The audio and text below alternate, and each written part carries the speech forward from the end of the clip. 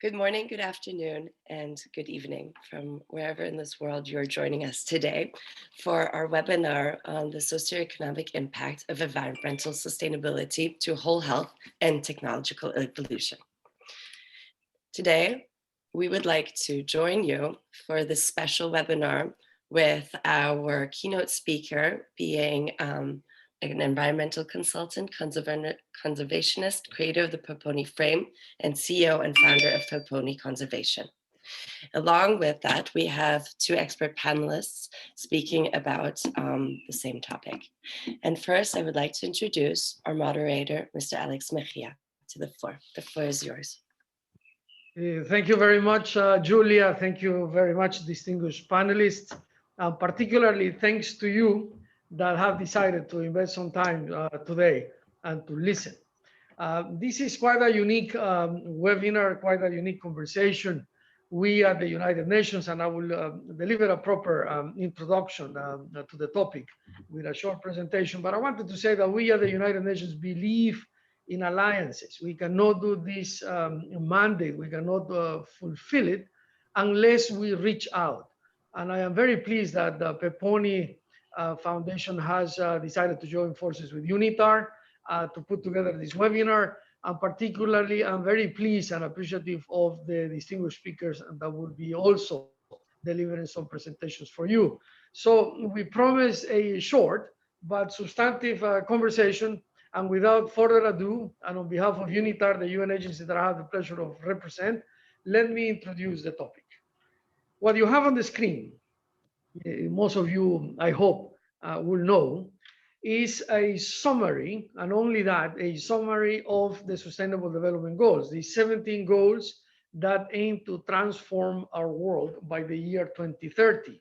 These goals that I'm going to describe in more detail in a few seconds came to be at the end of 2015 as the replacement to the previous set of goals called the Millennium Development Goals. And perhaps some of you, if you are getting a little older as I am, you remember that first ever, from 2001 until 2015, first ever roadmap for what we call the global development, and now what we call global sustainable development. I can tell you that in the previous iteration of my professional career as a senior government official, I did interact with the MDGs, and they were virtuous enough to motivate governments to actually fight poverty and increase the standard of living of their citizens. However, they were not holistic, in my opinion, and I say this with respect. They were not perhaps very much all-encompassing as you see when you read the 17 goals that you have in front of you. But let me get into more detail. Next, please, Julia. So, the Agenda 2030 for Sustainable Development is a United Nations resolution. It's a General Assembly resolution from September 2015 that was adopted by all of our member states, 193 governments from all over the world. This document enables the world to pursue the 17 Sustainable Development Goals that I mentioned under 5 key areas of action towards people, planet, prosperity, peace, and partnership. And we seek to hopefully foster some impact, positive impact across 3 dimensions: the economic dimension, the social dimension, and the environmental dimension that occupies us today. This document is a declaration of interdependence that aim to fight poverty and inequality. And the leading principles of the document are universality, is valid for everyone, rich or poor, developed or developing country. Inclusiveness, everyone, no one is to be left behind. And partnerships, like the one that you see today. Next, please. In the previous slide, there was a question that I decided not to address, which is, what is it that we mean when we talk about sustainability? What is sustainability? I'll tell you that there are many definitions, some highly scholarly definitions, but the most basic of them all is something that I learned in my youth. I come from Latin America, I'm from Ecuador, and I do remember that people in university used to tell us, you know, whatever happened, you need to do it in a sustainable way, meaning that it's here to stay. It's not a spot thing, it's something that you do today and tomorrow doesn't exist. It has to have some continuity, even if there are several phases. And I like that definition. Sustainable development is something that is here to stay, but there is another part of that definition. You have this on the screen. It's something that is sustainable from the point of view of being all encompassing, being holistic, being harmonious, and being amicable, friendly towards what surrounds us. So there are three levels of those 17 SDGs, one that pertains to the economy, another one that pertains to society as a whole, and another one that pertains to biosphere. And there you see on the screen how each one of these 17 goals have been grouped from those three perspectives. Next, please.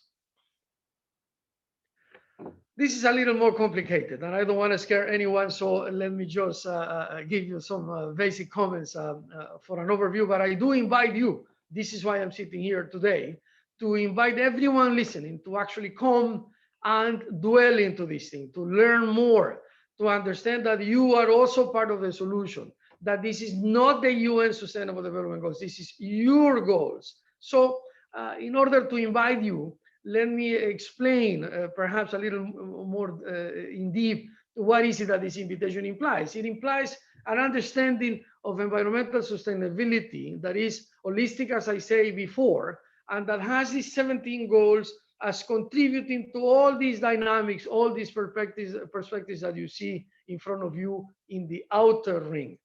We want to improve the oceans and water access. We want to safeguard the oceans properly. Excuse me, the previous one, it was soil. This one is oceans. Then I'm reading now at 3 p.m. if this was a clock. Then 4 p.m. govern the environment. Then I will continue reduce pollution and waste, boost renewable energy, increase resource efficiency. Now I am at 9 p.m. in the clock. Live and prosper sustainably. We want to combat climate change, and we want, of course, to have healthy ecosystem, which is part of the conversation today. And then you see in the center very many things that need to happen. You need to have the right type of public policy. You need to have the right type of partnership, the right type of funding, the right type of monitoring, and so on. And then, of course, by the year 2030, hopefully, this process will have led to an environmental dimension that everyone has grasped and everyone has embraced. So we actually have sustainable development. Let's go to the next one, Julia, please. I want to pause in this introduction to sustainable development and the SDGs, as we call them, to put in perspective where is it that we are now, because we had started right at the end of 2015, all 2016, 17, 18, 19, and nobody really thought that the coronavirus will be so much of a shock, historic shock. In over a century, we never experienced something like this. And all what I told you in sustainable development from that perspective of sustainable development has been almost put to a halt, and that shouldn't happen. So to introduce the why, let me pay tribute to those 163 million people that have been infected by the COVID, a lot of suffering behind it, but still even more sad. And our respect to each one of the persons that left and the families that stay behind. 3,398,302 people that have already died as of yesterday at 3:28 p.m. This comes from the WHO, World Health Organization dashboard. I speak to you from Geneva, Switzerland, from the Palais des Nations. The WHO is literally 2 blocks or 3 blocks from here, and our colleagues are doing a great job in galvanizing everyone around the world, not only governments, to fight this pandemic in the proper manner. Next, please. So, sustainable development has been jeopardized. This advance that we have already achieved for 4 or 5 years has been put on hold almost entirely because the impact of COVID-19 has shocked the system. Test the system being the whole, and test our values, just the individual values as much as the values of governments. Next, please. Now, this slide on the potential impact of COVID on the SDGs basically says that the sense of emergency happens within 3 domains. You all remember that what we saw at the beginning as a crisis of public health has evolved into an economic crisis and a social and political crisis as well. And if you go to the left, it's very preoccupating that experts will tell us that the public health crisis will take 1 or 2 years. Thank God the vaccines are with us, and it is expected that they will build herd immunity in a few months, more months, perhaps.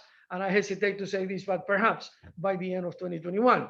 But if you see the red vertical bar, the economic, employment and financial crisis is expected to take 5 to 10 years. That is a long-lasting impact. And that is something that will make a lot of people suffer, in addition to the ones that actually were affected directly by the COVID. But if you also look at the orange vertical bar, this is very preoccupating. The polarization and insecurity and the bigger north-south divide, the more discriminatory effect of the crisis is expected to take a generation. No matter how you measure it, 20 years or 30 years, a generation is a long time. And it's a long time for the people mentioned in those two red squares or brush strokes in the center. The World Bank reports that in 2019, about 120 million additional people went into poverty as a result of the pandemic. But read that number. By the end of 2021, we will expect that 150 million people will have descended into poverty. Very sad indeed.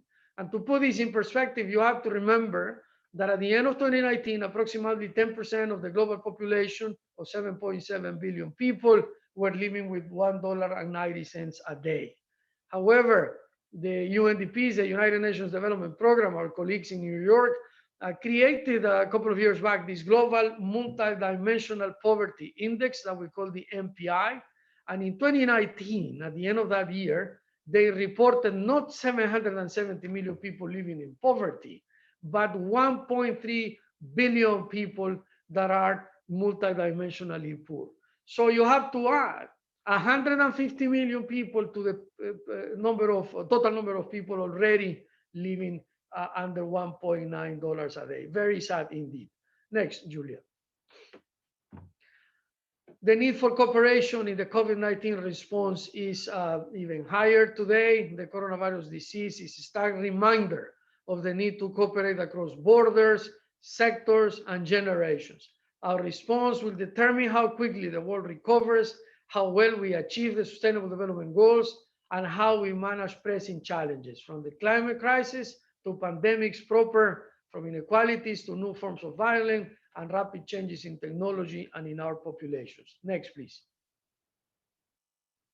The COVID-19 response sets out what we can and must do to deliver a global response that leaves no one behind. And here I pause to tell you that it's a moral imperative that poor people, poor nations, developing nations also have access to the vaccine.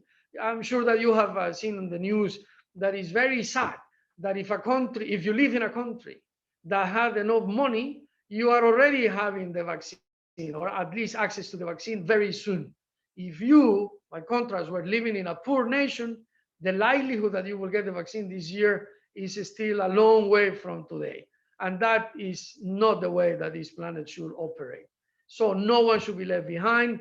We need to reduce our vulnerability to future pandemics. The UN is postulating, as we speak, a new global treaty, a new global convention on how to deal in a harmonized, uniform way to pandemics in the future. We also need to build resilience to future shocks, above all climate change. You see, there is always the difference between the important and the urgent. Yes, the fight against COVID is urgent and the vaccination is urgent, but the rest of the things, including climate change, continues to be important and should still be urgent. And finally, we postulate that we need to overcome the severe and systemic inequalities exposed by the pandemic, because there is a need to build back better whenever this pandemic is behind us. Our Secretary General, Antonio Guterres, has been preaching now for 3 months or 3 months and a half to every president, every prime minister, every minister of state on the need to build back better, to avoid the problems of the past when we rebuild our nations. The response that the UN has promoted has 3 pillars of operation. First, the delivery of a large-scale, coordinated, and comprehensive health response, including the vaccination programs. Number two, the adoption of policies that address the devastating socioeconomic, humanitarian, and human rights aspects of the crisis. And number three, a recovery process that builds back better, as I just mentioned. Next, please. I'm about to finish, and in the next two slides, after this, let me just conclude with some ruminations on environmental sustainability and the harmonious policies that we postulate today. But before I do that, let me tell you in the words of my boss, I report to United Nations Assistant Secretary General Nikhil Seth, who has supported graciously this webinar, and we both report to our Secretary General Antonio Guterres, whose picture you see there. Our big boss has said, to end the pandemic for good, we need equitable access to vaccines for everyone, everywhere.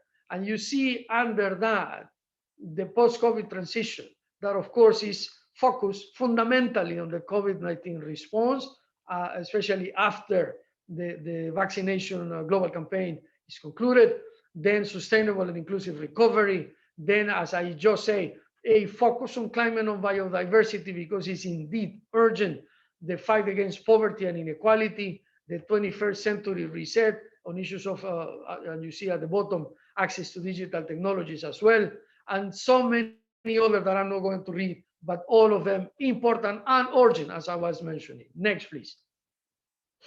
So, after I told you about the SDGs, after I told you about COVID and what is it that the UN is kindly inviting you to partner with, because we need you to be part of the solution, as we say, let me just conclude by offering this very basic definition of environmental sustainability.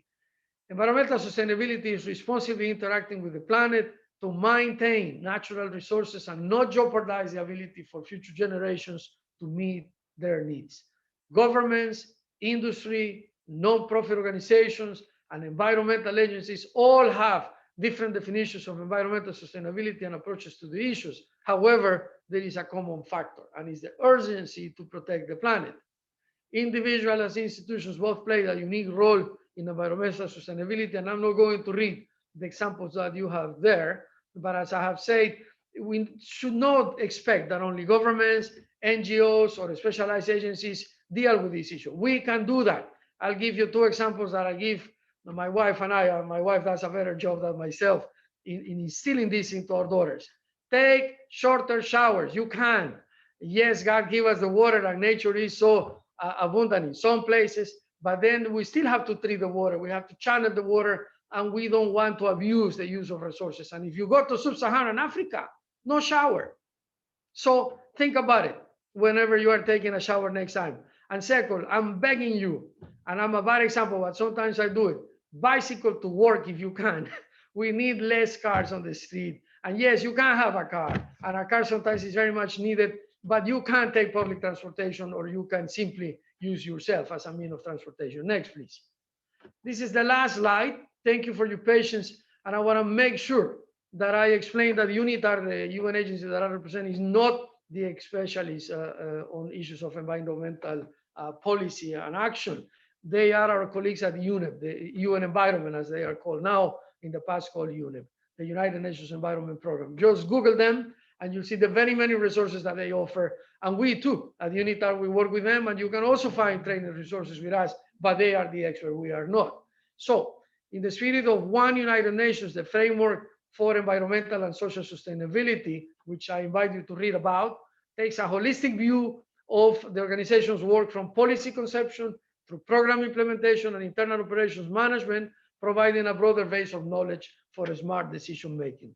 This initiative that we are inviting you to join looks to build on the internationally agreed sustainable norms and principles of the last 30 years by adapting the best practices of environmental and social assessment procedures and management systems to United Nations system activities. And this last graph that you see there to the right, economy, environment, and social community should be balanced. That is why, as I told you at the beginning, I conclude with this phrase, we need to ensure that whatever progress, that whatever development, that whatever advancement that our societies will have is sustainable, is holistic, is balanced. As you see in this graph, economy, environment, and social are all part of the same. And I invite you to join us today in this very important deliberation that is going to ensue, but most importantly, on your own, wherever you are. So let me conclude there. Thank you, Julia, for helping me so far. And then you introduce the next speakers. Thank you so much. Thank you so very much, dear Alex, for your presentation. And next, we would like to welcome Ms. Selena Girango, our keynote speaker, environmental consultant, conservationist, creator of the PEPONI frame, and CEO and founder of PEPONI Conservation. Dear Ms. Girango, the floor is yours. Thank you so much, Julia, for that wonderful introduction. And you as well, Mr. Mejia, for the amazing presentation. So I'd like to start with an introduction. Mr. Mejia has covered the UNEP's and the world's sustainable development goals that they would like for all of us to be a part of, because it all begins with us. Sustainability is a personal responsibility, and that's something that we need to instill as a value in our everyday lives. And that is basically what our presentation is going to be about. So I want to thank everyone for joining this panel. Hopefully, we can bridge and redefine society's antiquated and limited understanding of environments and sustainability from a very unique perspective to dominant conversations people often have. The PEPONI frames a modern hierarchy of needs that explains what it is we need in society to thrive, not just survive. Maslow's hierarchy of needs, it's what's governed the blueprint of urban development for generations, and it's been the guiding principle, and its guiding principles are that the only thing that we need to survive are food, shelter, and clothing. And that's quite true. It is what we need to survive, but to thrive and to live a dignified life, we need a lot more. And however, this hierarchy has gaps. It's not adaptable, it's not sustainable, it's not equitable, and they didn't foresee technological advancement and how negatively the industrial era would impact the environment. So needs required to survive and those required to serve are two very different things. An individual's quality of life and dignity needs to be taken into account in order to address social injustices such as inequity, poverty, hunger, climate change, environmental and systematic racism, corporate responsibility, economic and wealth disparities, and more. Due to the COVID crisis, modern society was left completely unprepared and everyone was caught with their pants down.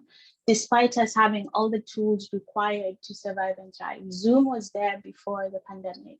We could all have worked remotely. We could have all had better access, and like the technological advancement is quite advanced right now, and the technology today is phenomenal. We had all of these things prior to COVID, but due to how we've managed our lives and how we've approached our environments, we were completely unprepared.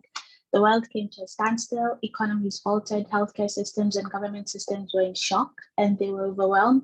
Many families, communities, and cities were unsure about their next steps and their future, and many still are. Next slide, please. So cities are currently rethinking their urban spaces, not only from the perspective of health, but ecology and equity. This has created the need for an adjustable and equitable and sustainable blueprint for development based on what is required to thrive, not just survive. PEPONI provides a step-by-step community and social services guide focused on adaptability, sustainability, and equity, centered on the individuals and the people that need this, and everything that we need to thrive in a quickly changing world. The PEPONI frame builds upon the deficiencies of Maslow's hierarchy of needs by centering individuals, their whole health, and their direct environment as the basis for urban planning, sustainable economic development, trade, and equitable policy. The notion that we can take a sympathetic or empathetic approach to any facet of whole health or the environment that we live in, it's exceedingly reckless, and it endangers the future and the advancement of humanity. Next slide, please. So let's define whole health, something that I've discussed in the past two slides. Whole health is an approach to healthcare that prioritizes an individual's overall well-being. And its guiding principles are your physical, mental, financial, and emotional health, well-being, and security, as well as spiritual awareness and responsibility. These are very important and central to human life in any community across the board. These are things that every single person can identify with because they interact with all of these facets and principles in their daily lives. Next slide, please. Now we are going to redefine the environment in the 20th century. For the longest time, we've just defined our physical environment. We know the environment is your geographical location, but in today's world, the environment needs to take on more than just geographical location. There are two types of environments. There's your physical environment, which refers to the tangible environment. It's very rich, biodiverse, and abundant in resources. But rich and biodiverse as it is, and abundant as these resources are, the physical environment is finite. Minerals are finite, metals are finite, fresh water is finite. And so we need to be very mindful of how we use these resources so that we may extend or add on to their lifespan. Our physical environments are directly affected they directly affect us, and they're also directly affected by us. Our culture, hobbies, resources, financial stability, all of those interact with each other and we affect the physical environment just as much as it affects us. The virtual environment is an intangible environment. It's where we access the world at the tip of our fingers. It's the internet, it's social media, it's Instagram and Facebook. It's where you get your news, your sat nav, and it's banking. So much is in your virtual environment. You can access it at a push of a button. You can speak to anyone, say anything, go anywhere when you're in the virtual environment. Its resources and potential are infinite in as far as the human imagination can go, which I would say is quite infinite. So just as much as you can imagine, that's your virtual environment. You can add on to it quite quickly. Please go back.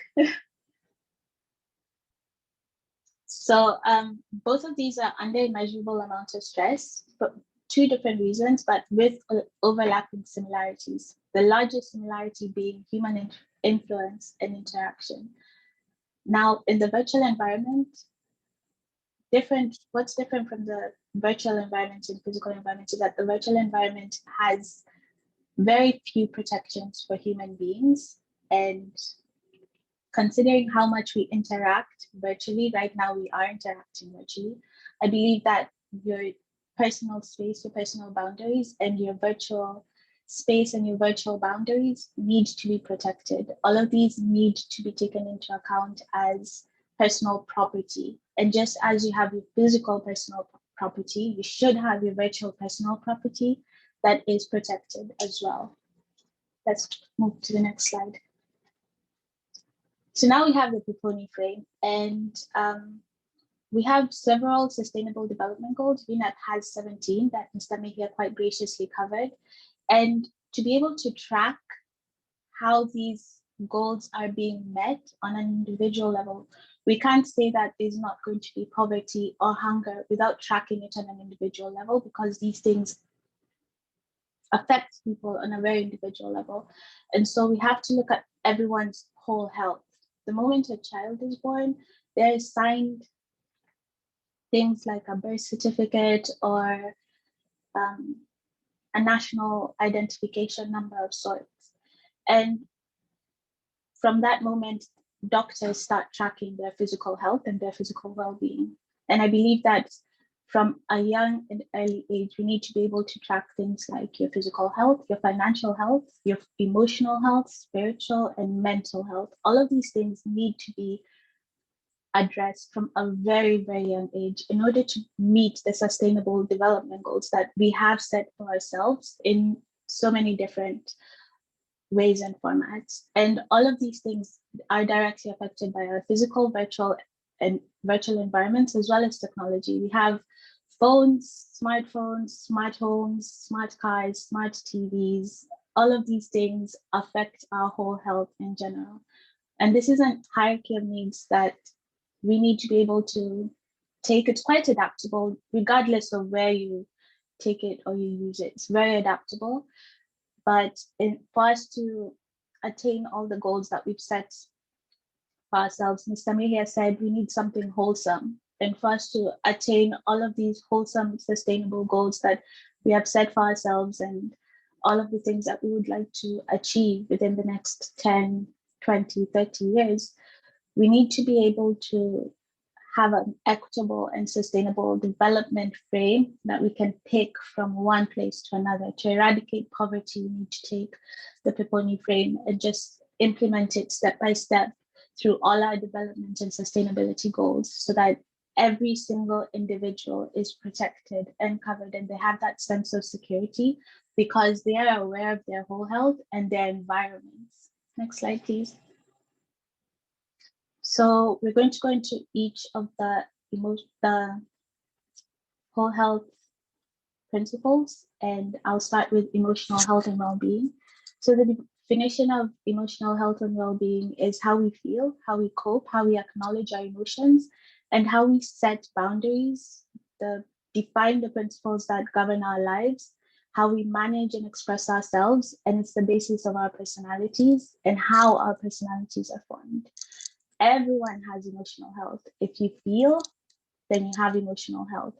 And your emotional health and well-being is directly linked and tied to your mental health and other aspects of whole health, as well as the environments that we interact with. So how technology makes you feel, how your virtual environment makes you feel. Sometimes we go on TikTok, Instagram, and we go read the news. All of these affect how we feel. And those environments are things that we need to monitor. And we also need to be very self-aware of these things. Everyone's mental processes and mental space directly impact our emotions. And the things and environments that we interact with directly impact our emotions. Unfortunately, we are not taught to identify things that we would call toxic or unhealthy just from the get. It's not something that you know when you're angry, but you don't know it's going to make you angry. You don't know the triggers that are going to make you angry unless you're self-aware. And so emotional education needs to be something that you teach children, something that needs to be part of the school curriculum. It's something that needs to be involving, just like physical education, just like math and English, from a very young age, because our emotions go with us all through life. And so that's something that we need to introduce into the school system, and we need to teach about EQ. And it's something that needs to be taught and interviewed and tested in schools, in the workplace, in exams for job requirements, all of those. You need to know just how, let me give you an example. If you have dinner with your family every weeknight and every weekend you have breakfast with your family, that's a protocol. And it's good for emotional health, and it's good for emotional well-being, and it creates a sense of family that's good for your personal security. Now, just the way you create that protocol in your home life, you need to have protocols like that extend to a healthy work environment and a healthy school environment. And without those things, we're going to have broken pockets of society, because while some homes have a healthy home environment, not all homes have healthy home environments. So there's a lack of security, there's a lack of self-awareness that they're not being taught at home. And I believe that once we have our societies taking charge of things that you can't control someone's personal home and their personal home life, but we can definitely take steps to include it in the school and the learning and the work environments. And so people would slowly become self-aware and they become educated on this emotional health and well-being. Physical bullying and cyberbullying are also things that we need to take into account. The internet, like I said, it's the wild, wild west. There's basically no protections when you go into the internet. If anything, you give up your rights. I know that there's always terms and conditions to access different apps. And in those terms and conditions, you're basically giving up your rights to enter into an environment. And just even saying that should raise alarm bells for anyone who understands what a human right and dignity is. And I believe that being able to track these things and being able to discuss physical bullying, cyberbullying, trolling, doxing, and all of the internet hostilities that are there, the virtual environment, the corridors of the internet, just being able to monitor and have guidelines. I believe that just like we have our physical environment policed and we have police stations in different areas, we need to have cyber units for different areas in the internet as well. That's a personal belief, and I really truly hope that it's something that we take on. We also need to address people who bully and who do all of these things in a way that they are also made emotionally aware, because hurt people hurt people. So that teaching needs to be instilled from a very young age. I'm going to pass it on to Channing. If you have any questions, we'll come back after in the Q&A section. Thank you, Julia. Thank you so very much, Mr. Rango, for your valuable presentation. Very interesting indeed, and we will get back to that later. Next, I would like to introduce our first panelist, Ms. Channing Clark. She's a licensed clinical professional counselor, owner and clinical director of Restore You Counseling and Consultation. Ms. Clark, the floor is yours.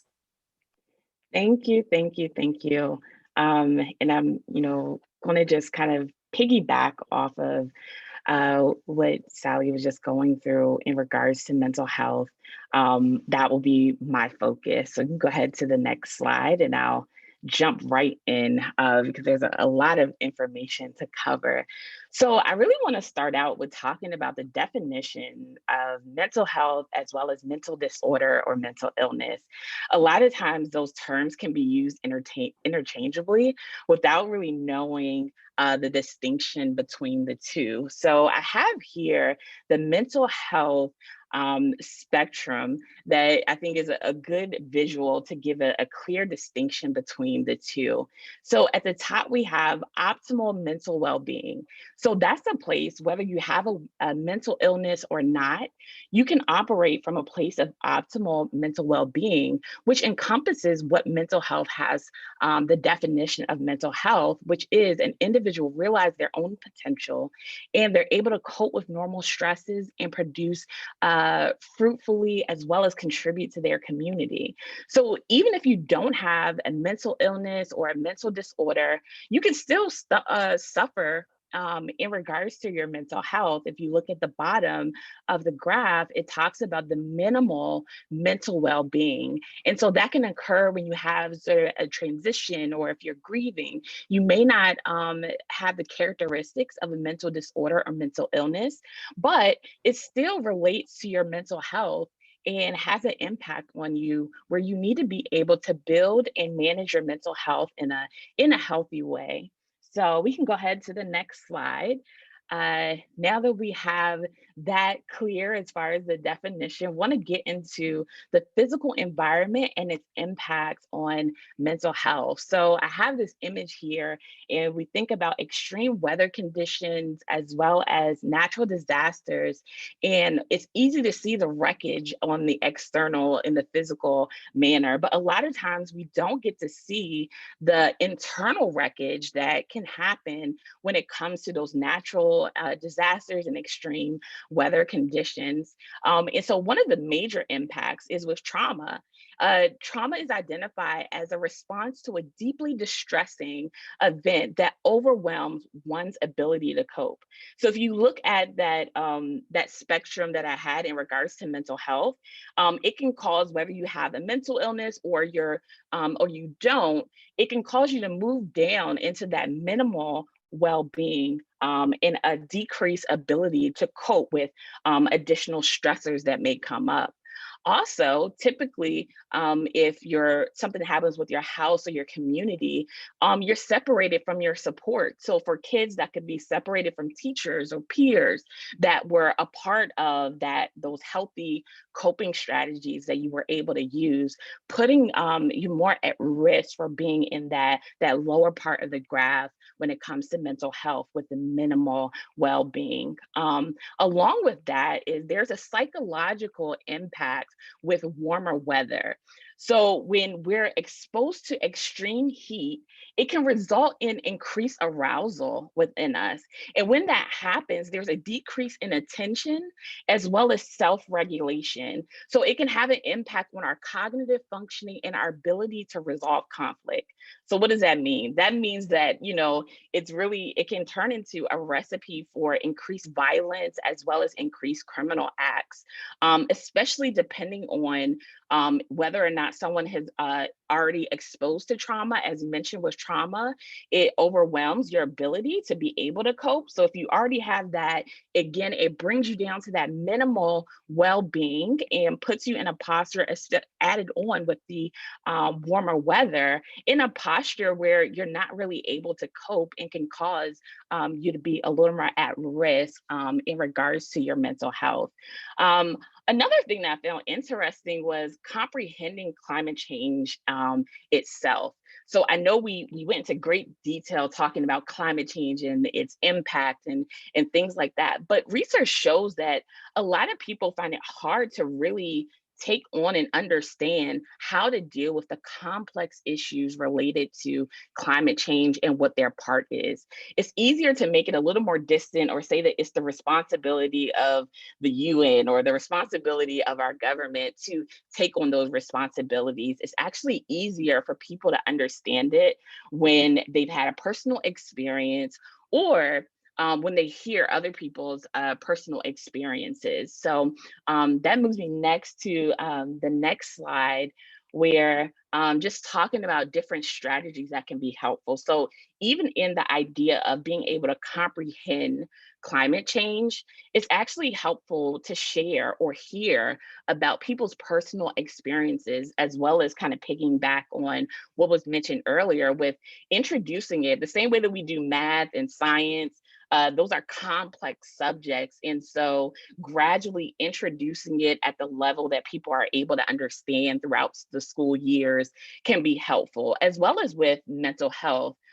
Introducing the concept of mental health throughout the years at a level that people can understand can be helpful, so they are better equipped when these types of situations and natural disasters or other things impact us. So here I have the window of tolerance. And I think it's a great tool when you're talking about the psychoeducation as well as building resilience. So the window of tolerance is described as a zone where an individual is able to function most effectively. So that's where we can have different stressors or deal with transitions, but we're functioning, we're still able to function and do our daily life and do the things that we need to do for ourselves. But there are times or even events that happen, external events like we talked about with the natural disasters or the weather changes, that can pull us outside of our window of tolerance. And so a part of the psychoeducation is educating people on when do you recognize that you are stepping outside of your window of tolerance, and what are the tools, the skills that work for you to get you back inside of that window of tolerance so that you can be able to problem solve and work through whatever crisis may come about. So that is some internal work, but also community planning as well. If we set in communities, especially at-risk communities, a system or a plan for them to be able to deal with natural disasters, that can help to decrease anxiety and in some cases decrease the impact of trauma on those communities. When they have a plan, they have some things that resources available that they can grab a hold of during those times. And we can go ahead to the next slide. Thank you. So that's with the physical environment. And now I want to kind of switch gears to the virtual environment and its impact on our mental health. So, I know I have a lot of things listed here, and it can seem like the virtual environment is a bad place, but we know that it's not. It has some benefits to it. It helps to connect us with family. Even during the pandemic, it was a great resource to kind of share information, share our stories with each other. But also, in some ways, it can have sort of a negative impact in that we as humans are social people. We need social interactions. It helps with our level of happiness. It helps with our overall well-being. But when we miss out or we're too engaged in the virtual environment, it can also have some negative impacts, such as, face-to-face interactions. They release hormones in our brain to help us to feel connected, to help us feel less lonely, depressed, and anxious. So when we're just engaged in the virtual environment, we miss out on this social interaction that actually impacts our mental health, kind of going back to that mental health continuum, where a part of the definition of mental health is how you engage with your community. And a part of that, has an impact with that face-to-face contact. So that can impact you in regards to stress or your self-image and other aspects of your mental health. So as I said before, and we can go ahead to the next slide. Thank you. So as I mentioned before, virtual environment is not necessarily a bad thing, but we have to be mindful. I think even going back to that window of tolerance, looking at being in a space where you're able to function your most effectively. And so a part of the work with individuals or with groups who may be struggling with getting into the window of tolerance, a part of that work may be checking in to see, are you in that virtual environment maybe a little bit too much? And a part of the coping strategies to get you back into your window of tolerance is getting out, exercising. It's being a little more intentional about checking in with yourself to see where you are and how maybe that virtual environment is impacting you. Also want to kind of mention, talked about trauma earlier. And one of the things with the virtual environment or social media is the idea that you never know what you're about to see. So sometimes that can be a little triggering for people who have experienced a trauma, not knowing if the next image or the next thing that's said is something that could trigger some of those feelings and emotions coming up from them based on their traumatic experience. So again, it's on an individual basis, being able to assess what works, what doesn't work for you, what takes you outside of that window of tolerance, and being intentional about doing things to get you back into that space so that you are able to function at your most effective space. So I'm going to go ahead and wrap up there. I could continue to go on because there's just so much, but I know we're working with limited time. So thank you for the opportunity, and can't wait to, if anyone has any questions, I'm open to talking it through. Thank you so very much, Ms. Clark, for your contribution on the various aspects of mental health on our well-being. That was very interesting indeed. Next up, we would like to invite our panelist, Ms. Lorinda Kaplan. She's a public affairs specialist, political policy advisor, conservationist, education advocate with Learning Disabilities of North Carolina, USA. Ms. Kaplan, the floor is yours. Thank you. And first, thank you, Julia, and thank you, Mr. Aher, for having us and letting us speak. If we could move to the next slide, that would be great.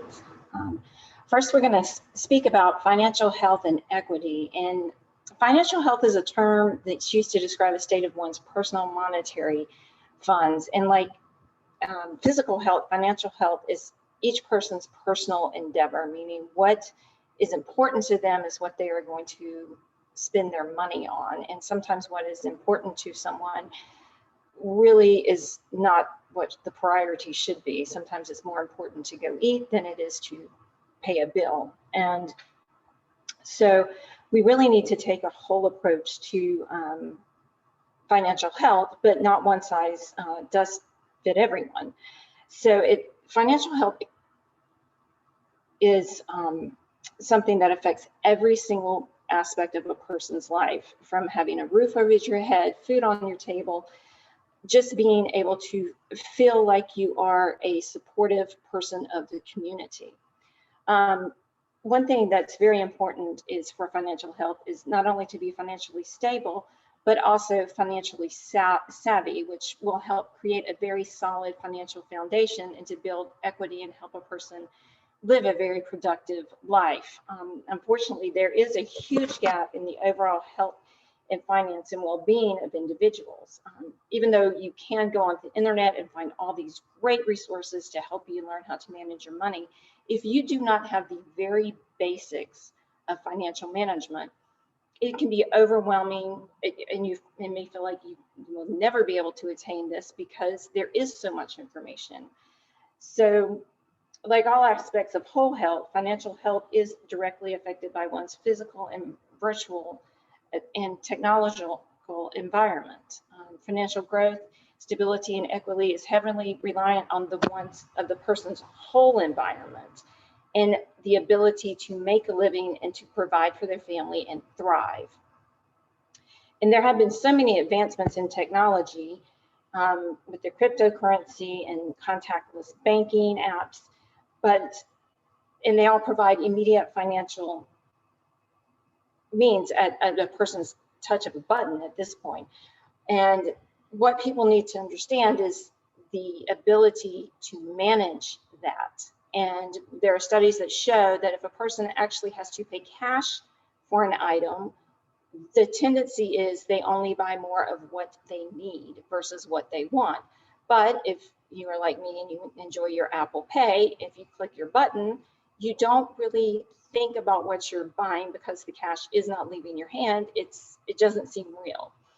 So there are many aspects and dimensions of financial health. One is, how much savings do you need in relations to your lifestyle, which if we can flip to the next slide, please. And that means, how much do you need to save if a pandemic occurs and you need 6 months to a year's savings? And that is the general standard, is to have a good 6-month savings to where you can still live your life normally, but maybe in a bit more of reserve state than if you do have a job. How much are you going to need for retirement, and what is the rate of inflation? So in 2011, the US dollar was worth $1. Now, if you go 10 years out, what you could purchase in 2011 for $1, now you need almost $1.20 to purchase. So hopefully in your retirement, you have a number of great years to live, and you're going to need to plan for the rate of inflation. And you also need to learn the difference between good debt versus bad debt. Good debt is, your home, school, car, if you need to drive.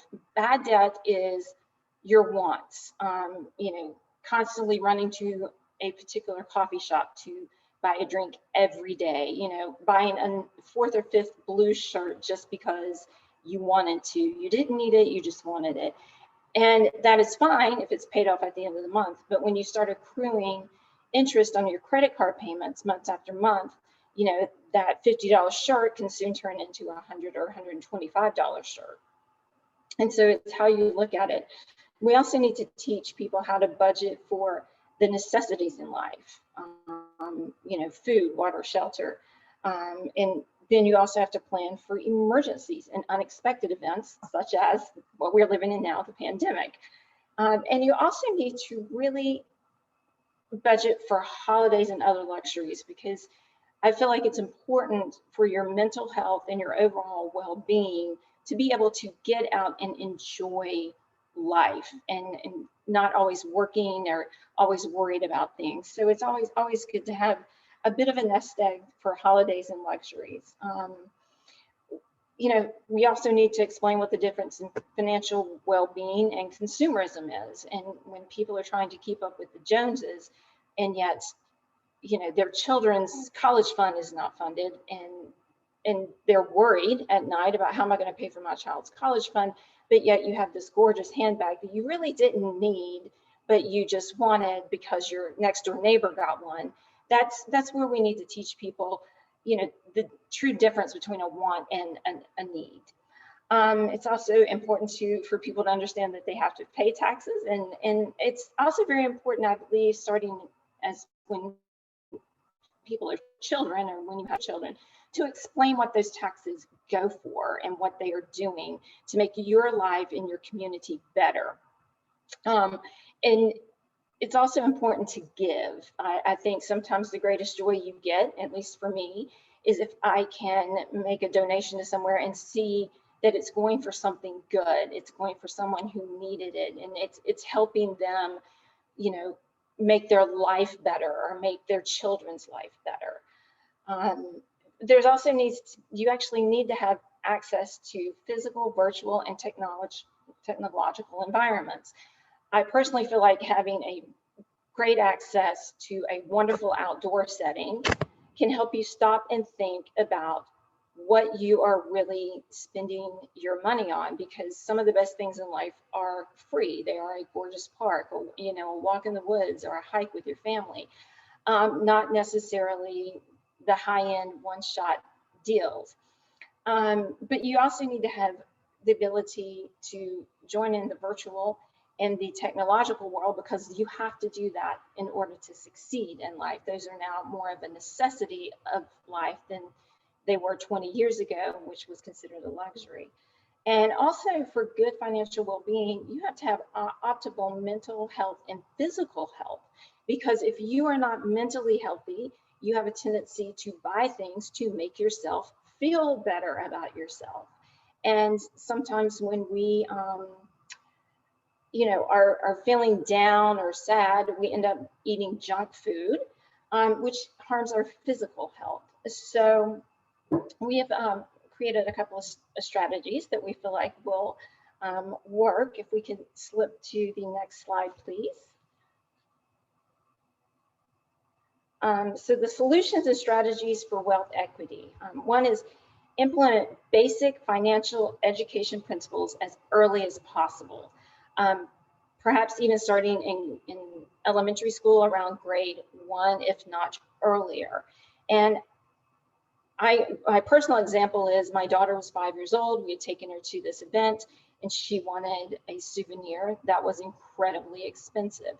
And so we told her we would give her the cash, and we gave her the option of purchasing it there or going to their store later on in the week.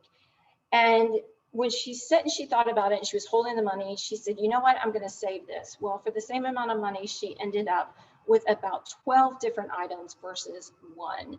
So she learned at a very early age to watch her money, and impulse buying can be incredibly expensive. And over time, it can cause a huge financial problem. So that leads into spending wisely, teaching individuals how to manage their money. And if possible, and this is not always possible throughout the world, but live below your means, not live at your means or above your means, live below your means, and save what you can from your paycheck. And teaching individuals how to save.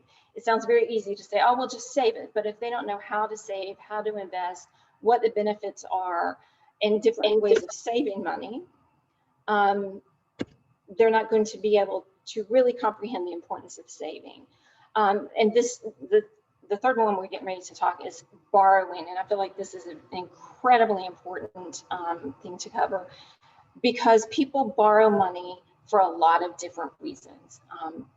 But you've got to learn how to borrow money smartly. Again, if it is for college, if it is for, cars, a home, those are generally considered good debt. But if you are borrowing for college, make sure you're not borrowing so much money that your career it's going to take you 50 years in a career in that particular subject, or coming from that particular school, to pay back the loan, because then you end up in just financial stress all the time, because here in the US, those generally do have to be paid back. So we need to really teach about, what is a good debt to have, and what is a bad debt. And a bad debt, goes along with your wants. As we were speaking earlier about the shirt. If you want a new sweater, but you don't need one, you really need to realize that, you know, not everything you think you need is a need. It actually turns out to be much more of a want. And you really need to learn how to plan for your future. This is something my parents and grandparents have always, you know, built into us, is you've got to plan for your future and save.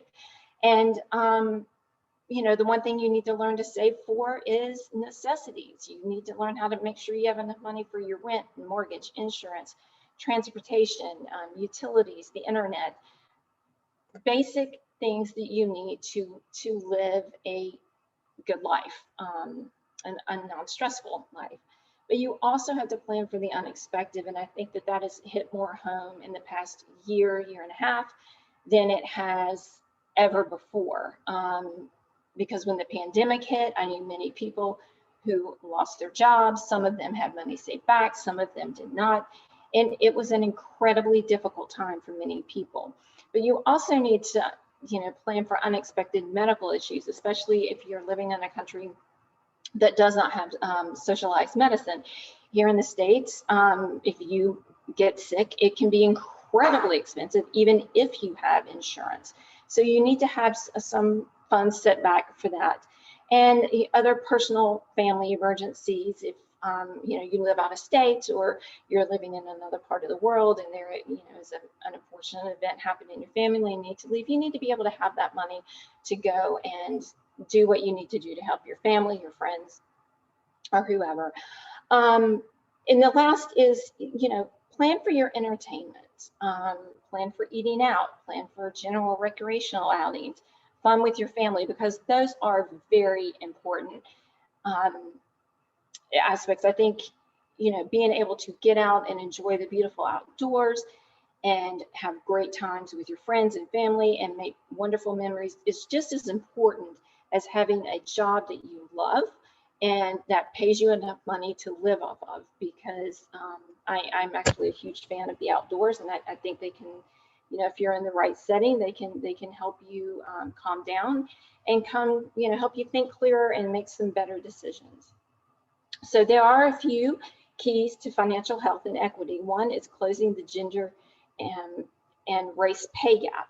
Right now, I believe the average pay gap in America is about 82 cents for the woman, while the man is making $1, so 86 cents to $1. But when you get into people of color and women of color, it goes down dramatically. It can be as much as half of what the male is making, the white male is making, or even lower if they, you know, are here as a refugee or have come across as an immigrant.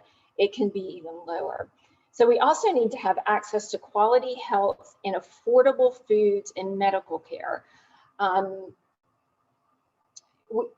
There are places in the US that, and I will just say my husband is a physician, and we have looked throughout the US, that's many years ago, for him to possibly move to. And some of the places were quite rural, and in general places that it would take you an hour and a half to get to a major city. And one of the things that struck us as really quite odd is the mentality of some of the physicians there, who would just be so flippant and say, oh, well, these people don't know any better, so it doesn't matter. You really don't have to do X, Y, or Z. And we obviously did not go there because it was horrifying. And so people in those particular parts of the country are honestly at a huge disadvantage, mainly because the person that they are trusting with their health care really isn't the best physician to begin with, and it's not really the best choice for them, for the community as a whole, but it is what they have. Affordable food and affordable fresh food. One of the examples I love to tell people about is when I was shopping one day, picking up food for dinner, I purchased tomatoes, and they were at $3.29 a pound for a tomato. And it just hit me so funny because the day before I was planting my garden, and I got a 6-pack of tomato plants for $2, which produce all these beautiful tomatoes. And most people don't realize how cheap it is to grow some of your own fruits and vegetables. And it is very easy, and it's actually much healthier for you. and overall it improves your physical health. So, and also equality education that addresses the individual's learning needs and differences. This is to say about 20% of the population has some sort of learning disability. And it does not mean that these people are not smart. Many of them are incredibly smart. It's just they learn differently. And so we need to address that, because education truly, one size does not fit all. And some children need a little extra help with reading, and some need a little extra help with math. But these children who have a tendency to have a disability also have a tendency to have a very high IQ. And so we need to learn to stop putting everyone in a one-size-fits-all education and learn to teach to their needs to help them succeed and become a much more productive individual. There are studies out that show that there was a study in Texas at one point in time within the prison systems where they had learned that a very huge percentage of the prisoners actually had a learning disability, which is how they got to a life of crime, because there was frustration on their part. They felt like they were dumb and could not perform in school. And so they left, and they ended up falling into a life of crime. So this is a great slide from the money coaches out of Canada that goes through the 7 stages of emotional and behavioral well-being in this diagram. And it starts, at the lowest level is financial chaos, with guilt and shame, and the person really not knowing how to manage their money, and they're just overwhelmed. Second is financial avoidance. If I don't look at the bill, I don't owe the bill, even though you do. Financial awareness is when you get to where you realize there's a problem, I need to make some changes.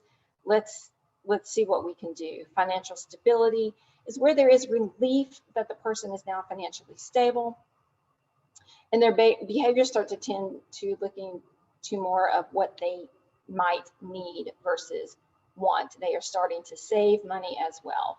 The 5th is financial security, where they're confident in control and they're much more relaxed, and they are planning for their future and considering what their life choices are. And you start planning for insurance, estate planning, and your children's savings.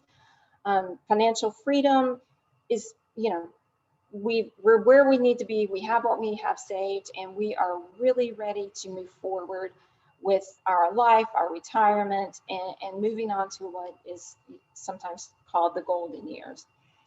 And the next is the 7th number, financial fulfillment. I have enough. I'm ready to share. I'm ready to give. I'm ready to see other people happy and to help other people. This usually does come later in life, when it's not really an issue. You're not worried about your child's college, your home is paid off, your car is paid off, and you want to help others hopefully reach the point where you are, that everything is paid off and you're in a great spot. Next slide, please.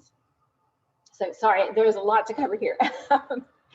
Physical health, hygiene, and environment. Physical health is when a person's bodily functions process at their working peak. And sometimes it does not occur, but this is when you get regular exercise, a balanced nutrition, and an adequate amount of rest and fresh air is when you can actually function at your physical peak.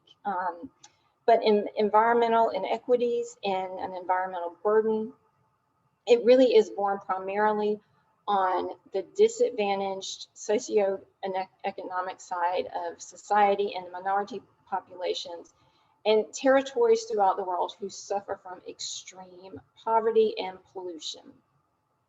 The environmental atmosphere actually does directly affect the individual's health in every aspect of a whole health approach, primarily their physical health. When when people are being irresponsible, corporations, government, and they ignore the environmental impact of projects or products that they're making that are being dumped into a river and causing problems. 50 years ago, there were things done that people really didn't realize how bad they were for the environment. But with that said, the governments and these companies should be held accountable and made to take care of their messes, or and help those around.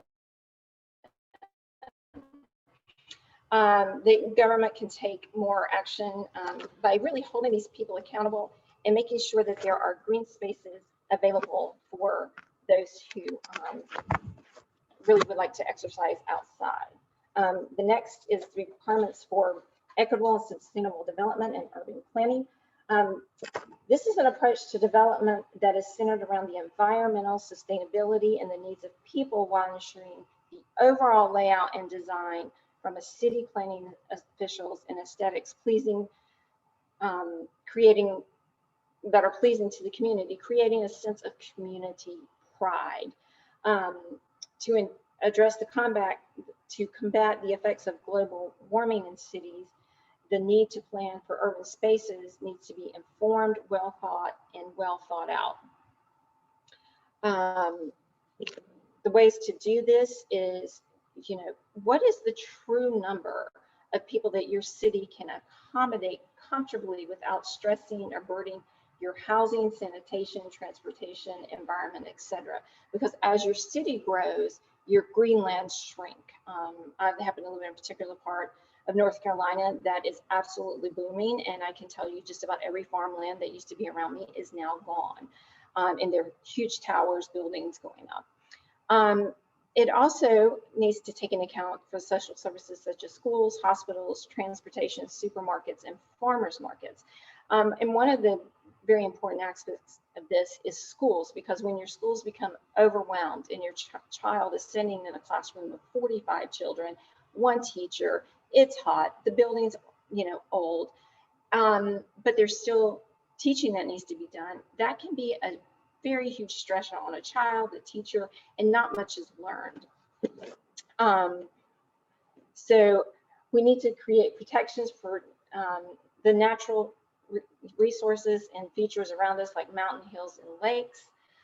Housing codes need to make provisions for gray water systems, solar roofs, renewable energy use, composting and recycling areas that are separate from trash, environmentally friendly and healthy buildings and building materials that have plenty of natural light and ventilation and fresh air to enter your home or workspace. Resources for all of the above need to be distributed equally. They do not need to just go to the best parts of the city or the mid-levels of a city. They need to be everywhere and give everyone a sense of pride in their community. You also need to take into account how many police and firefighters are going to need to serve that population, and what is the access to fresh waters and other natural but required resources. Optimal to have 45% forest coverage with nature trails and wildlife and biodiversity for everyone to enjoy.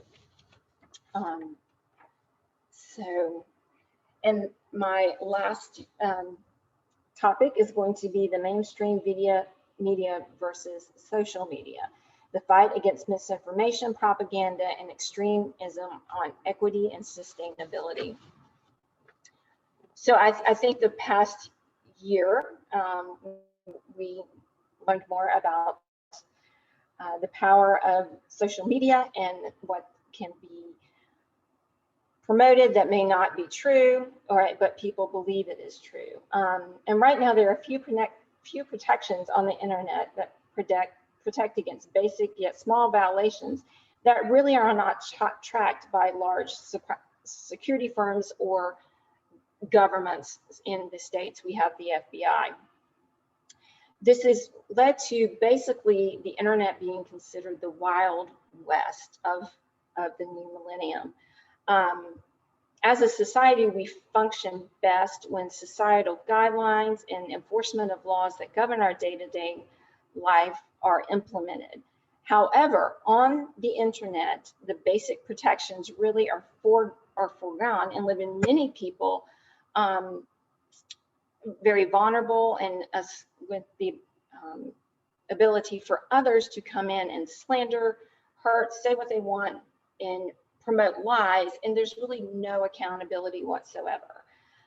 Within the mainstream media, many of them hide, ignore, or alter many indiscretions that occur within governments, corporations, individuals, pretty much in the same way they sell the news these days. And this is across the board, in my opinion. It's what their terms are, and through their lens of the world, versus presenting just the facts and letting the individuals, figure it out for themselves. So with what I feel like these basic journalism guidelines have disappeared,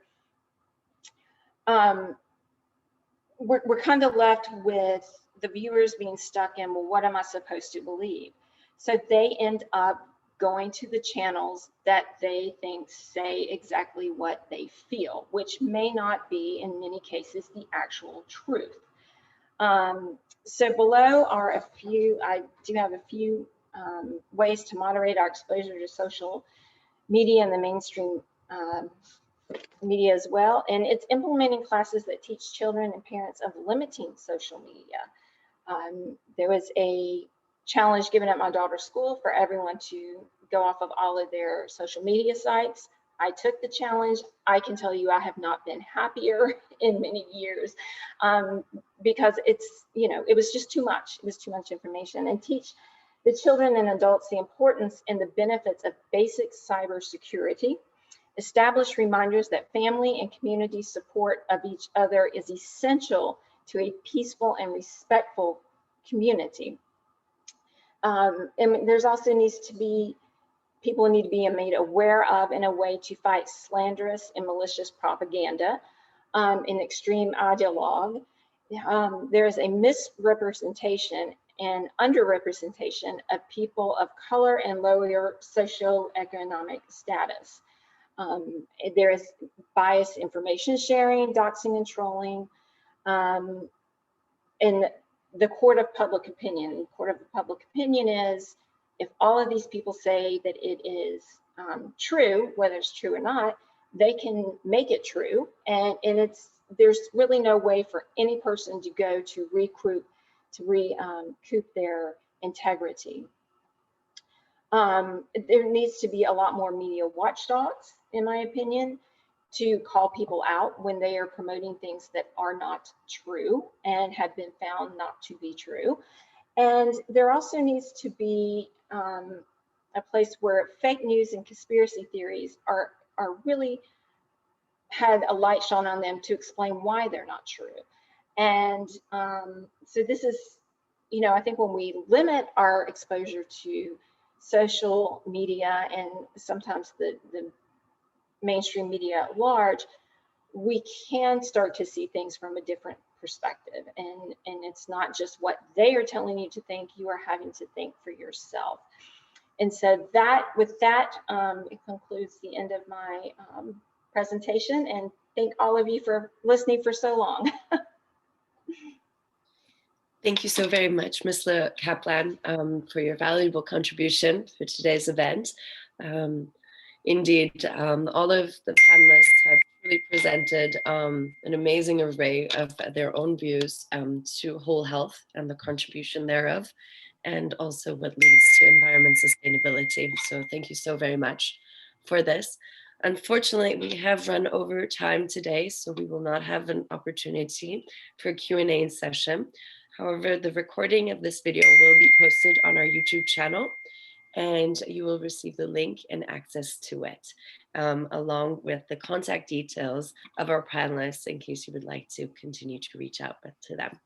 Now, before we leave, I would just like to take a picture of all our panelists for our social media. So if we could all just look at the camera and smile, that would be fantastic. And I apologize, Julia, that my camera has been disconnected, but I'm still here in the spirit. So go ahead. Thank you. Thank you. Thank you so very much, dear Alex.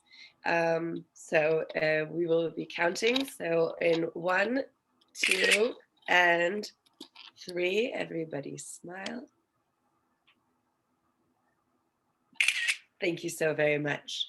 It has been an absolute pleasure to host this special webinar together with PEPONI Conversation. And I would like to thank also on behalf of my director, Mr. Alex Mejia, for this event, and to all the panelists for your valuable contributions. We wish you a wonderful day. And for this, the meeting is adjourned. Bye-bye. Thank Bye-bye. you. Thank you. Bye-bye. Thank you. Bye-bye. Good day. Bye.